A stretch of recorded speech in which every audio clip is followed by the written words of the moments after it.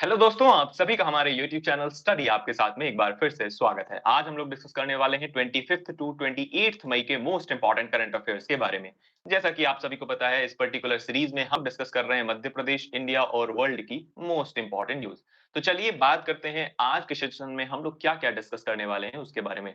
तो सबसे पहले हम लोग जानेंगे 3 दिन का हमारा इंपोर्टेंट जितने भी करंट अफेयर होंगे उसके बारे में जानने का प्रयास करेंगे। इसके अलावा हम लोग आज डिस्कस करेंगे डाउट सेशन, जिसमें एक पर्टिकुलर एस्पिरेंट ने हमसे कुछ सवाल किया है, उस सवाल का हम लोग जवाब देंगे और जानेंगे, उनका कन्फ्यूजन दूर करने का प्रयास करेंगे। इसके अलावा थर्ड में हम लोग डिस्कस करेंगे आज के प्रैक्टिस क्वेश्चन के बारे में। आपको प्रैक्टिस क्वेश्चन का जवाब इस वीडियो के कमेंट सेक्शन में देना होता है।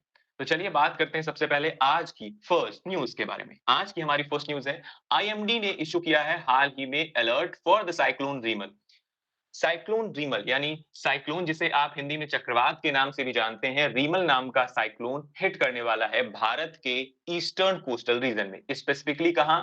तो स्पेसिफिकली वेस्ट बंगाल वाले रीजन में, साथ ही साथ यह बांग्लादेश में हिट करने वाला है। तो ध्यान रखना है साइक्लोन रीमल के बारे में। साइक्लोन रीमल की अगर बात करें थोड़ा सा, तो ये जो पर्टिकुलर साइक्लोन रीमल है, इस साइक्लोन रीमल यह कब आया? तो वर्ष 2024 में आ रहा है, आने वाला है जो कि, और साथ ही साथ ये किस रीजन को हिट करेगा? तो इंडिया के ईस्टर्न कोस्टल रीजन को ये हिट करेगा। अगर बात करें रीमल नाम किसने दिया है, तो ध्यान रखना है ये नेम गिवन बाय ओमान नाम की कंट्री। ओमान नाम की कंट्री ने ये पर्टिकुलर नाम दिया है। तो हमें ये वाली बातें पता चल गई, ये वेस्ट बंगाल और बांग्लादेश को हिट करने वाला है। तो हम लोग जानते हैं कुछ इंपोर्टेंट प्रीवियस साइक्लोन्स जो कि हमारे भारत में आए थे। इस सबसे पहला और इंपोर्टेंट साइक्लोन वर्ष 2021 में आया, जिसे हम लोग कहते हैं तौकते नाम का साइक्लोन। तौकते नाम का साइक्लोन गुजरात वाले रीजन को, या स्पेसिफिकली इंडिया के वेस्टर्न रीजन को हिट किया था इस साइक्लोन ने, जो कि बहुत इंपॉर्टेंट साइक्लोन है और बहुत ज्यादा डिस्ट्रक्शन वहां पर गुजरात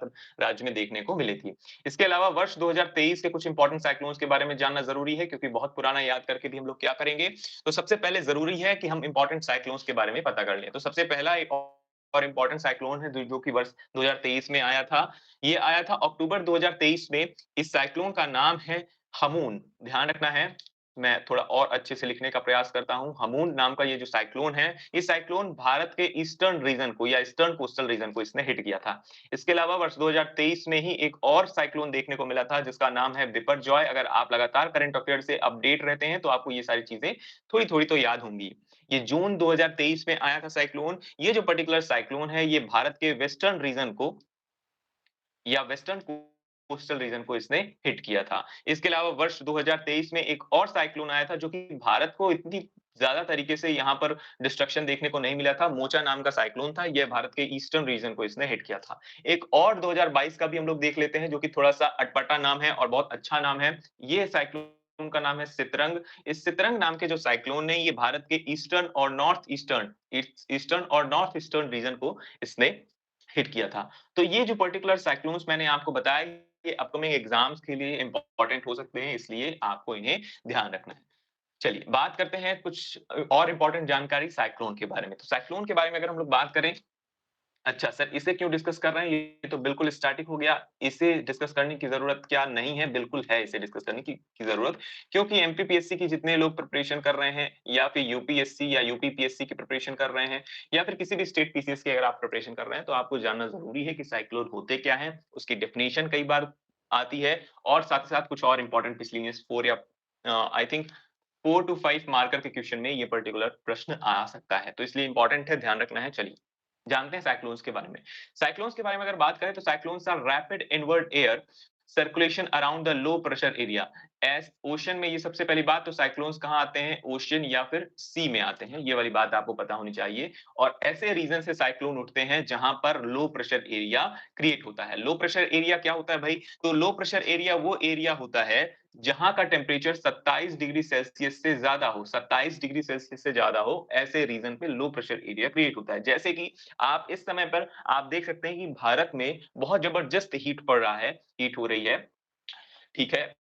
और भारत के ओशन में भी वही सारी चीजें होंगी, यानी ट्रॉपिकल रीजन पर इस समय पर आप कह सकते हैं ये जो पर्टिकुलर ड्यूरेशन चल रहा है, ये ट्रॉपिकल रीजन, जितने भी हमारा जो भी ट्रॉपिकल रीजन है, अच्छा जिस कुछ लोगों को ट्रॉपिकल रीजन भी समझ में नहीं आ रहा होगा, तो मैं थोड़ा सा उनके लिए क्लियर कर देता हूँ।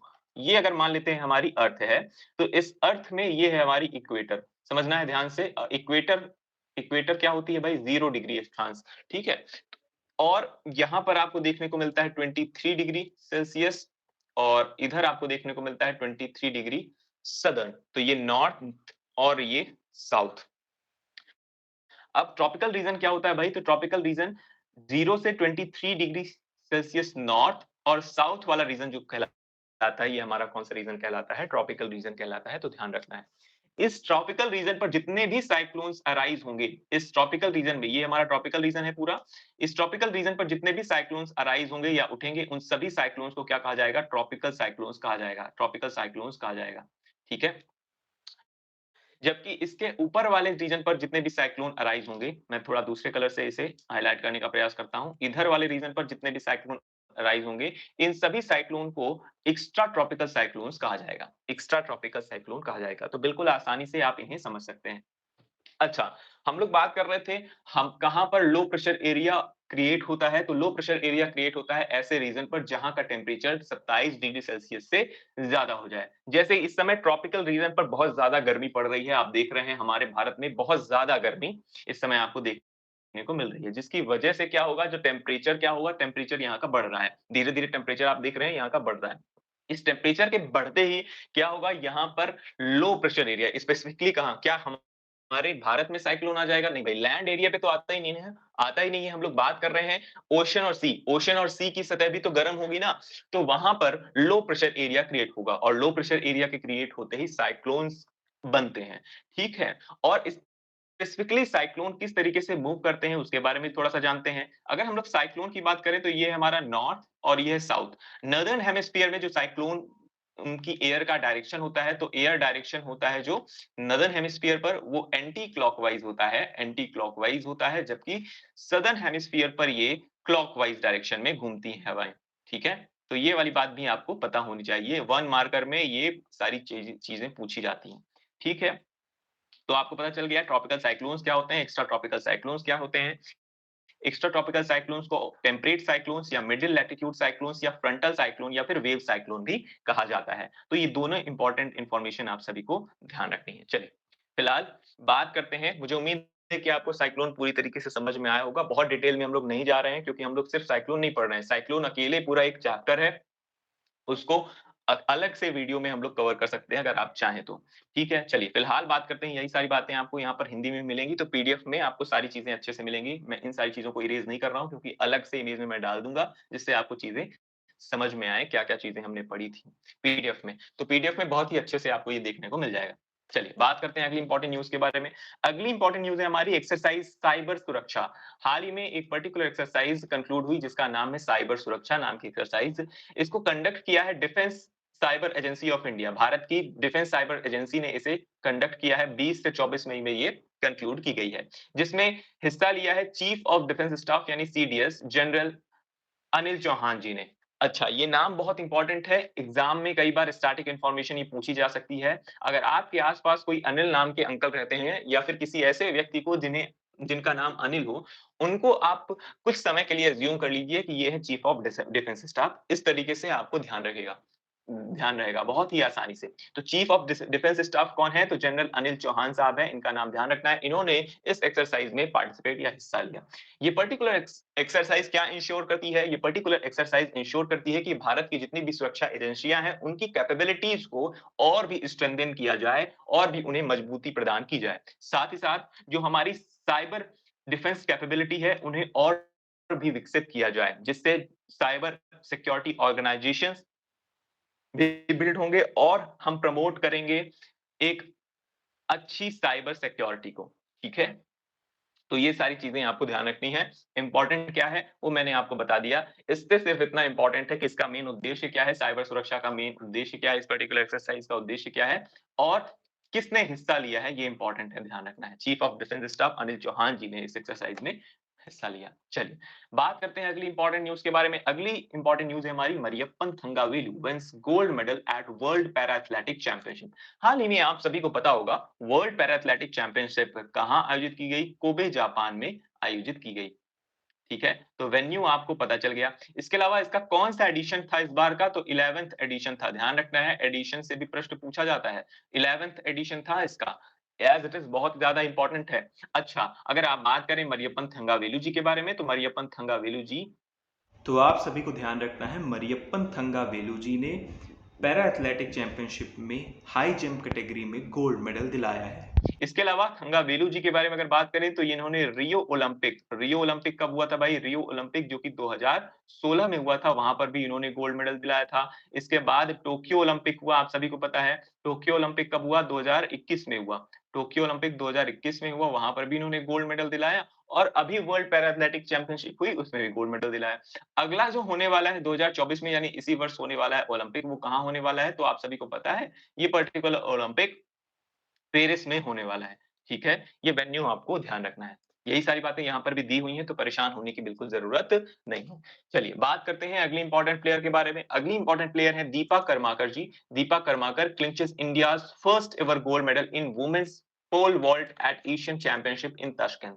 हाल ही में दीपा कर्माकर जो कि त्रिपुरा की एक भारतीय जिमनास्ट हैं, उन्होंने ताशकंद, उज़्बेकिस्तान में एशियाई चैंपियनशिप में भारत के लिए पहला स्वर्ण पदक जीतकर इतिहास रचा है। इतिहास रचा है, ध्यान रखना है, इसलिए बहुत इंपॉर्टेंट पर्सनैलिटी ये बन चुकी हैं। आने वाले अपकमिंग एग्ज़ाम में इनके बारे में प्रश्न ना पूछा जाए, ऐसा हो ही नहीं सकता, है ना? तो नाम ध्यान रखना है, क्या नाम है भाई? तो दीपा कर्माकर जी, दीपा कर्माकर। जितनी चीज़ें इंपॉर्टेंट हैं, मैं वो सारी चीज़ें यहाँ पर लिखने का प्रयास कर रहा हूँ, ठीक है? दीपा कर्माकर जो कि एक जिम्नास्ट हैं, ध्यान रखना है, बहुत इंपॉर्टेंट है कि ये किस प्रतिस्पर्धा से बिलॉन्ग करती हैं, तो जिम्नास्ट हैं, ये ध्यान रखना है, ठीक है? पहली बार किसी भारतीय जिम्नास्ट ने एशियाई चैंपियनशिप स्पर्धा में स्वर्ण पदक जीता है, तो पहली बार ऐसा हुआ है कि किसी प्लेयर ने, आप जिम्नास्ट प्लेयर ने नहीं, किसी प्लेयर ने पहली बार ऐसा हुआ है कि किसी प्लेयर ने एशियन चैंपियनशिप में गोल्ड मेडल दिलाया है, ठीक है? इन्होंने गोल्ड मेडल दिलाया है कहाँ? एशियन चैंपियनशिप में। ये कहाँ हुई? उज़्बेकिस्तान में हुई, ठीक है? उज़्बेकिस्तान। इसके पहले हमने देखा वर्ल्ड पैरा एथलेटिक चैंपियनशिप जो हुई है, वो कोबे जापान में हुई है। यहाँ पर ये बात कर रहे हैं हम लोग एशियन चैंपियनशिप के बारे में। इनका कुछ एक शॉर्ट भी मैंने हाल ही में अपने चैनल पर अपलोड किया है, उसे भी आपने देखा होगा। तो इन्होंने बहुत ज़बरदस्त पर्सनैलिटी है, ये किस जगह से बिलॉन्ग करती हैं, तो ये भी आप ध्यान रखेंगे। ये त्रिपुरा नामक जिले से बिलॉन्ग करती हैं, एज़ इट इज़ इम्पोर्टेंट है। यही सारी बातें आपको यहाँ पे इंग्लिश में भी मिलेंगी, तो परेशान होने की ज़रूरत नहीं है। सारी चीज़ें इम्पोर्टेंट हैं, आप सभी को ध्यान रखना है। चलिए, अगर बात करें इनके बारे में थोड़ा-सा और, क्योंकि ये बहुत इम्पोर्टेंट पर्सनैलिटी है, इस वजह से इनके बारे में जानना ज़रूरी है। दीपा कर्माकर जी को भारत के सर्वोच्च खेल पुरस्कार, जिसका नाम क्या है? मेजर ध्यानचंद खेल रत्न पुरस्कार 2016 से सम्मानित किया गया है। यानी कि इन्हें देश का सर्वोच्च खेल रत्न पुरस्कार भी प्रदान किया गया है। उन्हें भारत के चौथे सर्वोच्च नागरिक पुरस्कार पद्मश्री से भी सम्मानित किया गया वर्ष 2017 में। इसके अलावा कर्माकर जी ने 2014 में ग्लासगो कॉमनवेल्थ गेम्स में कांस्य पदक यानी कि ब्रॉन्ज मेडल हासिल किया था। ओलंपिक में भाग लेने वाली भारत की पहली जिम्नास्ट हैं और रियो 2016 में उन्हें वॉल्ट स्पर्धा में चौथे स्थान पर ये रही थी। हालाँकि इन्होंने 2016 में रियो ओलंपिक में पार्टिसिपेट किया था, लेकिन ये चौथे स्थान पर रहीं, इस वजह से इन्हें कोई मेडल नहीं मिला। लेकिन पहली बार ऐसा हुआ था कि किसी फर्स्ट कोई फीमेल जिम्नास्ट ने ओलंपिक में हिस्सा लिया था, तो इस वजह से इम्पोर्टेंट है। फर्स्ट फीमेल जिम्नास्ट, जिस तरह से आप नाम याद रखते हैं किसका? नीरज चोपड़ा जी के बारे में। नीरज चोपड़ा जी ने गोल्ड मेडल दिलाया, लगातार दिला रहे हैं गोल्ड मेडल। आप जेवलिन थ्रोवर प्लेयर हैं, बहुत इंपॉर्टेंट पर्सनैलिटी है, उनके बारे में कई बार एग्ज़ाम में क्वेश्चन पूछा गया है। उसी तरीके से आपको अब दीपक कर्माकर जी का नाम भी ध्यान रखना है, ये बहुत इंपॉर्टेंट पर्सनैलिटी बन चुकी हैं। इस वजह से इनका नाम बिल्कुल नहीं भूलना है। जितनी चीज़ें इंपॉर्टेंट हैं, वो सारी चीज़ें मैंने आपको यहाँ पर बता दी, इसके प्रीवियसली भी और अभी भी। चलिए, बात करते हैं अगली इंपॉर्टेंट न्यूज़ के बारे में। अगली इंपॉर्टेंट न्यूज़ है हमारी, India's Simran Sharma wins gold medal at world para athletic championship in Kobe, Japan.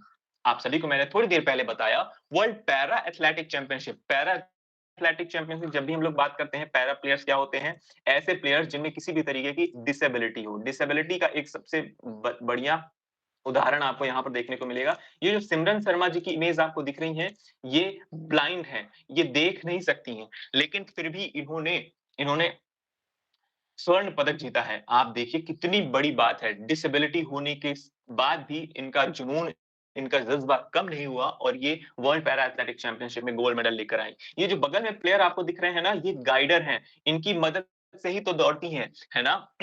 इस वजह से ये इंपॉर्टेंट है, ठीक है? तो इनका नाम नहीं ध्यान रखना है आपको, लेकिन इनका नाम आपको ध्यान रखना है क्योंकि ये हेल्प करने वाले हैं, सिर्फ गाइडर हैं कि आपको इस पर्टिकुलर डायरेक्शन में दौड़ना है, रन करना है, ठीक है? सिमरन ने महिलाओं की 200 मीटर T12 प्रतिस्पर्धा में स्वर्ण पदक जीता है। भारत ने विश्व पैरा एथलेटिक चैंपियनशिप में टोटल 6 स्वर्ण, कुल 17 पदक हासिल कर अपनी यात्रा समाप्त की और वह 6वें स्थान पर पहुंच गया। तो नाम ध्यान रखना है किसका? सिमरन शर्मा जी का, सिमरन शर्मा जी का। ये ये दौड़ प्रतियोगिता में पार्टिसिपेट किया इन्होंने और 200 मीटर प्रतिस्पर्धा में गोल्ड मेडल इन्होंने हासिल किया। ठीक है, ये नाम आप सभी को ध्यान रखना है। अगर बात करें टोटल 6 गोल्ड मेडल विनर्स हैं वर्ल्ड पैरा एथलेटिक चैंपियनशिप में। हम लोग बात कर रहे हैं वर्ल्ड पैरा एथलेटिक्स चैंपियनशिप के बारे में।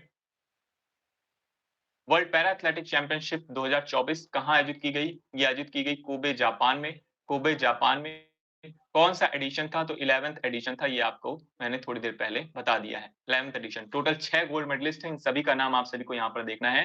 हाई जंप कैटेगरी में मैंने आपको बताया मरियप्पन थंगावेलु, इसके अलावा जेवलिन थ्रोवर है सुमित अंतिल। सुमित अंतिल नाम सभी आपको ध्यान रखना है, ये बहुत जबरदस्त पर्सनैलिटी हैं। अब इनका नाम जेवलिन थ्रोवर में इन्होंने देश का नाम बहुत ही ऊँचा किया है, जेवलिन थ्रोवर में। इसके अलावा सचिन सर्जेराव, सचिन सर्जेराव ये शॉट पुट प्रतिस्पर्धा से बिलॉन्ग करते हैं, सचिन सर्जेराव। इसके अलावा खिलाड़ी वुमेन 200 मीटर सिमरन, यानी कि थोड़ी देर पहले मैंने आपको बताया सिमरन जी का नाम, वहां से भी आप ध्यान रख सकते हैं। इसके अलावा 400 मीटर T20 प्रतिस्पर्धा में दीप्ति जीवा जी का नाम मैंने प्रीवियस लेक्चर में आपको बताया था। इसके अलावा वुमेन्स क्लब थ्रो में एकता भ्यान का नाम आप सभी को ध्यान रखना है। तो ये टोटल 6 गोल्ड मेडलिस्ट प्लेयर हैं, इनका नाम आप सभी को ध्यान रखना है।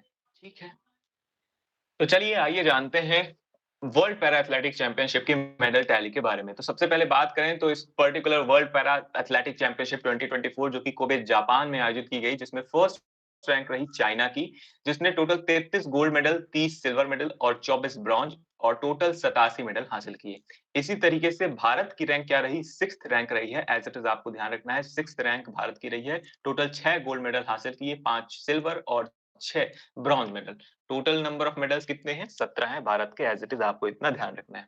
तो फर्स्ट रैंक हमें पता चला चाइना की है, जबकि इंडिया की यानी भारत की टोटल 6th रैंक है, एज़ इट इज़ आपको ध्यान रखना है और पीडीएफ में तो आपको ये सारी चीज़ें मिलने ही वाली हैं, तो वहाँ से आप आसानी से देख सकते हैं। सेकंड रैंक ब्राज़ील की है और थर्ड उज़्बेकिस्तान की है। चलिए, बात करते हैं अगली और लास्ट इंपॉर्टेंट न्यूज़ के बारे में। हमारी लास्ट इंपॉर्टेंट न्यूज़ है केकेआर लिफ्ट यानी Kolkata night Riders lift there third trophy in the IPL. IPL यानी इंडियन प्रीमियर लीग का फाइनल कलकत्ता और हैदराबाद की टीम के बीच खेला गया, जिसमें कलकत्ता की टीम ने बाजी मारी और अपनी तीसरी बार टाइटल उन्होंने ये हासिल किया। अगर बात करें कोलकाता नाइट राइडर्स के बारे में, तो इनकी टीम की ओर से मिचेल स्टार्क जो कि एक ऑस्ट्रेलियन प्लेयर हैं, इन्हें प्लेयर ऑफ द मैच का खिताब दिया गया। Emerging player of the season कौन रहे हैं? नीतीश रेड्डी एसआरएच के, जबकि पर्पल कैप विनर हैं हर्षल पटेल। पर्पल कैप किन्हें दी जाती है? तो आईपीएल में पर्पल कैप उन खिलाड़ियों को दी जाती है या उस खिलाड़ी को दी जाती है जिसके सबसे ज्यादा विकेट होते हैं। तो सबसे ज्यादा विकेट रहे हैं पंजाब किंग्स की तरफ से खेलने वाले हर्षल पटेल जी के और ऑरेंज कैप उन खिलाड़ियों को दी जाती है या उस खिलाड़ी को दी जाती है जिसके सबसे ज्यादा रन होते हैं। तो विराट कोहली के सबसे ज्यादा रन है, इस वजह से उन्हें ऑरेंज कैप दी गई। Most valuable player of the season कौन रहे हैं? सुनील नारायण रहे हैं, जबकि फेयर प्ले अवार्ड से किसे सम्मानित किया गया है? सनराइजर्स हैदराबाद की टीम को सम्मानित किया गया है। तो एज इट इज आपको ध्यान रखना है, आईपीएल से रिलेटेड ये पर्टिकुलर इंपॉर्टेंट क्वेश्चंस आपसे पूछे जा सकते हैं। इसके अलावा अगली इंपॉर्टेंट न्यूज़ है Shahid Afridi appointed as the ICC men's टी20 वर्ल्ड कप ब्रांड एम्बेसडर। आप सभी को 2-3 नाम मैंने आप सभी को बताए थे कि उसैन बोल्ट साहब, इसके अलावा अपने भारत के युवराज सिंह, इन 2 प्लेयर्स के साथ इनका नाम भी जुड़ गया है, यानी शाहिद अफरीदी जी का नाम भी जुड़ गया है, जो कि पाकिस्तान के एक जबरदस्त ऑलराउंडर्स माने जाते हैं। इन्हें हाल ही में आयोजित किया जाने वाला यूएसए यानी यूएसए और वेस्ट इंडीज में जो हमारा वर्ल्ड कप होने वाला है, टी20 वर्ल्ड कप होने वाला है, वहां पर इन्हें ब्रांड एम्बेसडर नियुक्त किया गया है। तो बात करते हैं फॉर्मर पाकिस्तान के कप्तान Shahid Afridi was unveiled as latest ambassador for the टी20 वर्ल्ड कप 2024, जो कि कहां होने वाला है? यूनाइटेड स्टेट्स और वेस्ट इंडीज में होने वाला है। 1 जून से ये स्टार्ट होगा। अफरीदी ने ज्वाइन किया है युवराज सिंह, क्रिस गेल और उसैन बोल्ट। तो 3-4 एम्बेसडर आपको पता चल गए। सबसे पहले हैं अफरीदी, इनका नाम आप सभी को ध्यान रखना है। इसके अलावा युवराज सिंह तो आप सभी को पता ही है, युवराज सिंह, इसके अलावा क्रिस गेल, और साथ ही साथ उसैन बोल्ट। इन चारों पर्सनैलिटीज़ का नाम आप सभी को ध्यान रखना है। इन चारों को वर्ल्ड कप ब्रांड एम्बेसडर नियुक्त किया गया है। चलिए बात करते हैं डाउट सेशन के बारे में। आज का हमारा जो डाउट सेशन है उसमें एक प्रश्न पूछा गया था यूट्यूब के कमेंट सेक्शन में। वो क्वेश्चन था करेंसी एक्सप्लेन करना है, करेंसी डॉलर को रुपीस में किस तरह से कन्वर्ट किया जाता है। आई थिंक प्रश्न आपका यही था। मैं अगर सही समझ पाया हूँ तो आप यूट्यूब के कमेंट सेक्शन में आप ज़रूर बताइएगा जिनका भी ये सवाल है। आपको चीज़ें समझ में आई हैं या नहीं आई हैं? क्या आपके प्रश्न से रिलेटेड आपको समाधान मिला है? ऐसा कुछ जवाब भी आप मुझे दे सकते हैं कि आपका डाउट क्लियर हुआ है या नहीं। चलिए, तो सबसे म मुझे जो समझ में आया है कि आपका सवाल ये है कि हम डॉलर को रुपीज़ में कैसे कन्वर्ट करते हैं, ठीक है? तो सबसे पहले मैं आपको बता देता हूँ कि आप सभी को पता है करेंसी हर एक देश की, हर एक राज्य की अलग-अलग हो सकती है। ऐसे ही करेंसी भारत की क्या है, भारत की जो करेंसी है वो रुपीज़ में दी जाती है। अगर बात करें $1 के बारे में क्योंकि आप सभी ने मैं मुझे लगता है कि एक प्रश्न अराइज़ इसलिए हुआ क्योंकि हम लोग कई बार 1000 बिलियन डॉलर्स ऐसा बोल देते हैं, इसका निवेश किया गया था। इसके अलावा 67 बिलियन डॉलर्स या ट्रिलियन डॉलर्स ऐसा कुछ हम लोग बोल देते हैं, हमेशा डॉलर्स में बात करते हैं, इसलिए हो सकता है कई लोगों को ये कन्फ्यूज़न होता होगा कि वो ये रुपीज़ में कितना हो जाएगा। तो मैं आपको बताता हूँ कि करंट सिनेरियो क्या चल रहा है और डॉलर और रुपीज़ के बीच में। करंट जो सिनेरियो है, वो ये है कि $1 बराबर $1 इज़ इक्वल टू कितना होता है? तो $1 is equal to current scenario में हम लोग बात करें तो 83.17 रुपीज़ इस टाइम पर चल रहा है। यानी कि अमेरिका में क्योंकि डॉलर चल रहा है तो आप ऐसा समझ सकते हैं कि हमारे देश का जो ₹83 है, आप इसे ₹83 समझ सकते हैं, 83 रुपीज़ समझ सकते हैं, वो वहाँ का $1 समझा जाता है। इसे हम बहुत आसान भाषा में समझने के लिए कह सकते हैं कि $1 इज़ इक्वल टू हम लोग ऐसा बोल सकते हैं कि $1 बराबर क्योंकि हमें जिससे आसानी से समझ में आए 83 रुपीज़ के आस-पास चल रहा है, ठीक है? थोड़ा बहुत फ्लक्चुएशंस होते रहते हैं, तो इस वजह से उस पर ध्यान नहीं देना है। आपको मोटा-मोटा ये समझना है कि $1 बराबर ₹83 इस समय पर चल रहा है। तो अगर $1 बराबर 83 रुपीज़ तो $1000 या $10 बराबर कितना होगा भाई? $10 बराबर होगा ₹830। मुझे उम्मीद है कि ये वाली बात आपको समझ में आई होगी यानी कि 10 का इंटू कर देना है 83 में। अगर इसी तरह से आपसे पूछ लिया जाए $1000 बराबर कितना होगा? तो $1000 बराबर कितना होगा भाई? तो 83 83 इंटू 1000 कर देना है। इससे पता चल जाएगा 83,000 रुपए में, ठीक है? आपने सुना होगा एक और इम्पोर्टेंट चीज़ जो कि मैंने प्रीवियस सेक्शन में बताई थी, प्रीवियस लेक्चर में मैंने आपसे बात की थी जब हम लोग बात कर रहे थे इंटरनेशनल सोलर अलायंस में निवेश के बारे में, कितना निवेश किया जा रहा है। वहाँ पर मैंने आपको बताया था 1000 बिलियन डॉलर का नाम वहाँ पर मैंने लिया था। तो हम लोग थोड़ा समझते हैं कि ये है क्या और कितना हो सकता है ये? तो मैंने जैसा कि बताया $1000 बराबर कितना होगा? 83,000 रुपए होगा। ये वाली बात आपको समझ में आ गई, यानी कि ₹83,000 में आपको $1000 मिलने वाले हैं। अगर बात करें बिलियन के बारे में, तो बिलियन को समझने के लिए आपको समझना होगा सबसे पहले 1 बिलियन बराबर कितना होता है? 1 बिलियन बराबर होता है 100 करोड़ रुपए। कितना होता है भाई? 100 करोड़ रुपए होते हैं, ठीक है? 100 करोड़ रुपए। बिल्कुल सिंपल सा है, बिल्कुल सिंपल मैथ है। $1 बराबर ₹83, $10 बराबर ₹830, $1000 बराबर 83 गुणे इतना। लेकिन यहीं पे अगर हम लोग ऐसा कह दें कि 1000 बिलियन बराबर कितना होगा? तो 1 बिलियन बराबर 100 करोड़ रुपए, तो 1000 बिलियन बराबर कितना होगा भई?